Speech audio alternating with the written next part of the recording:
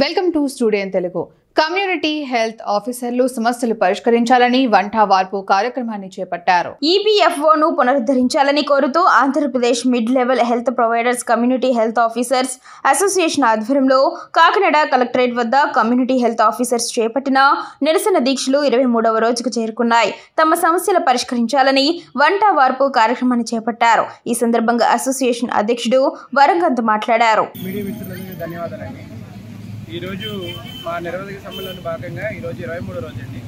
23వ రోజు భాగంగా మేము ఈ యొక్క నిరసన కార్యక్రమాన్ని మా యొక్క వంట వార్పు అనే కార్యక్రమం ద్వారా మా యొక్క నిరసనని ఇప్పుడున్నటువంటి గవర్నమెంట్ పెద్దలకి, అలాగే ఇప్పుడున్నటువంటి కూటమి అధికారులకి, అలాగే మా యొక్క హెల్త్ మినిస్టర్ గారికి, అలాగే మా CFW అధికారులందరికీ కూడా దృష్టికి తీసుకెళ్లాలని ఈ యొక్క వినూత్న నిరసన కార్యక్రమాన్ని చేపట్టడం జరిగింది.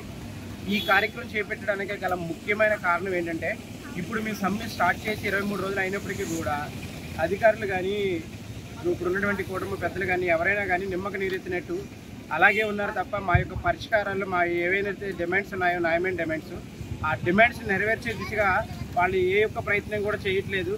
సో ఆ చేయకపోవడం వల్లే మేము ఇంకా ఈ ప్రజలకి సేవలు అందించకుండా ఇప్పుడు ఈ 23 రోజుల పాటు ఇంకా బయటికి రావడానికి కారణం ఏంటంటే, ఆ సేవలు నిలిపేయడానికి మెయిన్ కారణము పెద్దలే, ఇప్పుడు ఉన్నటువంటి అధికారులు పెద్దలు మాత్రమే.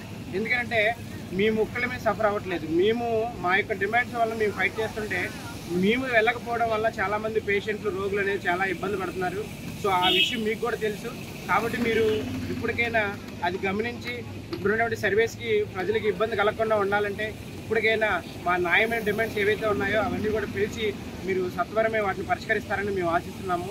సో మీ గవర్నమెంట్ వ్యతిరేకత కాదు సార్. మేము ఏదైతే గవర్నమెంట్ ఆఫ్ ఇండియా చెప్పిందో, గవర్నమెంట్ ఆఫ్ ఇండియా గైడ్లైన్స్ ప్రకారం మా రావాల్సినటువంటి న్యాయమైన డిమాండ్స్ ఏవైతే ఉన్నాయో అవి నెరవేర్చమని చెప్పి మేము గవర్నమెంట్ అడుగుతున్నాము.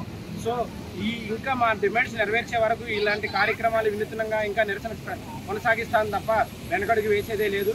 కాబట్టి పెద్దలు, గవర్నమెంట్ అధికారులు అందరూ కూడా ఇది గమనించి ఇప్పుడున్నటువంటి పవన్ కళ్యాణ్ గారు, నారా లోకేష్ గారు, చంద్రబాబు నాయుడు గారు అందరూ కూడా మా యొక్క డిమాండ్స్ పట్ల సముచితంగా ఆలోచించి మా యొక్క డిమాండ్స్ నెరవేరుస్తారని ఆశిస్తున్నాము.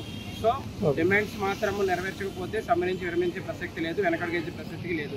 సో కాబట్టి మీరు దయతలిసి ప్రజలకు ఇబ్బంది కలగకుండా ఉండాలంటే మా డిమాండ్స్ నెరవేర్చి మేము మళ్ళీ ప్రజల సేవలకు వెళ్ళే విధంగా చూడాలని చెప్పి కోరుకుంటాం.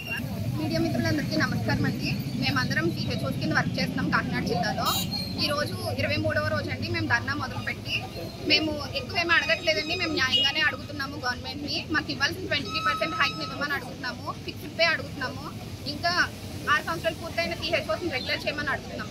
ఈ రోజు 23వ రోజు సందర్భంగా మేము మా ధర్నాలో భాగంగా వంట వార్పు కార్యక్రమం అనే కార్యక్రమాన్ని ఇక్కడ ఏర్పాటు చేసుకున్నామండి. వర్షం పడుతున్నా సరే, ఇంతమంది ఆడపిల్లలు ఉన్నా సరే, మేమందరం కూడా గవర్నమెంట్కి మా బాధను తెలియచేయడం కోసం మాత్రమే ఈ విధంగా నిరసన తెలియజేస్తున్నాం.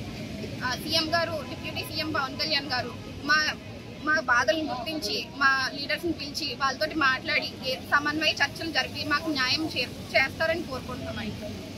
ఇంకా ఏదైనా ఒకటి యాడ్ చేశారండి మాకు మా జాబ్ చార్ట్లో 8 PM అసలు ఎవరికి ఏ క్యాడర్కి కూడా 8 PM FRS లేదు. ఇంతమంది ఆడపిల్లలు ఉన్నారు, చాలా మంది రిమోట్ ఏరియాస్లో వర్క్ చేస్తున్నారు. వాళ్ళందరూ 8 PMకి FRS వేసి మళ్ళీ వాళ్ళ ఇంటికి వెళ్ళాలంటే సేఫ్టీ మెజర్స్ కూడా ఏం లేవండి. కాబట్టి కొంచెం ఆడపిల్లలు అన్న ఒక దాంతోనైనా సరే మాకు కొంచెం న్యాయం చేసి 8 PM FRSని రద్దు చేయాలని కోరుకుంటున్నామండి. దయించి మా మీద సీఎం గారు, డిప్యూటీ సీఎం గారు మా వాళ్ళని పిలిచి మాట్లాడి సమన్వయ చర్చలు జరిపి మాకు న్యాయం చేయాలని కోరుకుంటున్నాం.